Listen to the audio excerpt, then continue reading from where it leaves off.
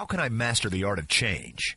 See, one of the things that I believe is absolutely imperative today is to understand that the world changes at a speed we can't even see. I'll give you an example.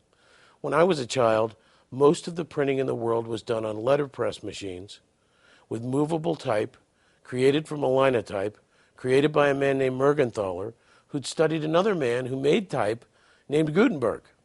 Now we're going back hundreds and hundreds of years because Gutenberg's type actually was developed in cuneiform form almost 10,000 years ago in the Orient. Now, we hadn't made much advancement by the time I was born in the way that we printed books and magazines. Today, we have digital variable data printing presses, which will change the copy on every single sheet of paper. So technology has changed, but so have we. It used to be that a child didn't learn to read until they were in the first grade. Today, children are learning to read in nursery school. And by the time they show up in the first grade, if they can't read, they're actually looked upon as developmentally slow. So, how do we deal with the fact that the world keeps changing, the sand keeps moving under our feet?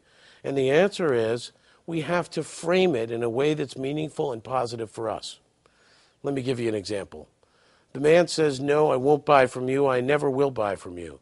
I shake his hand and say, "Thank you. I can't thank you enough."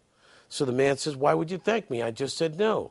I say, "Well, I know I need to make 4 sales calls to make 1 sale. You're my third no, so the next one must be a yes." You see, it's how you look at change that will determine whether you embrace it or fear it. Most people say they fear change. I don't buy that. Some change is extraordinary. For instance, we were using telephones with 7-digit phone numbers when I was a child.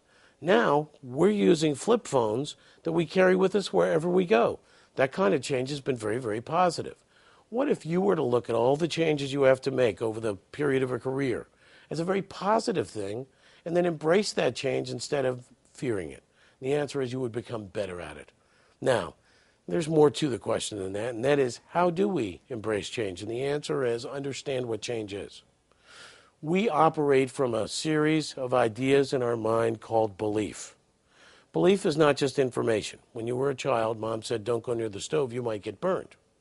And you knew what she said, but you didn't believe it. So one day, sure enough, you backed up to a hot stove and you got burned. Now, through actually experiencing the burn, you've gone from somebody who knows not to go near a hot stove to somebody who believes you shouldn't go near a hot stove. One causes interest, the other causes action. So for the rest of your life, you're careful around stoves that might be hot.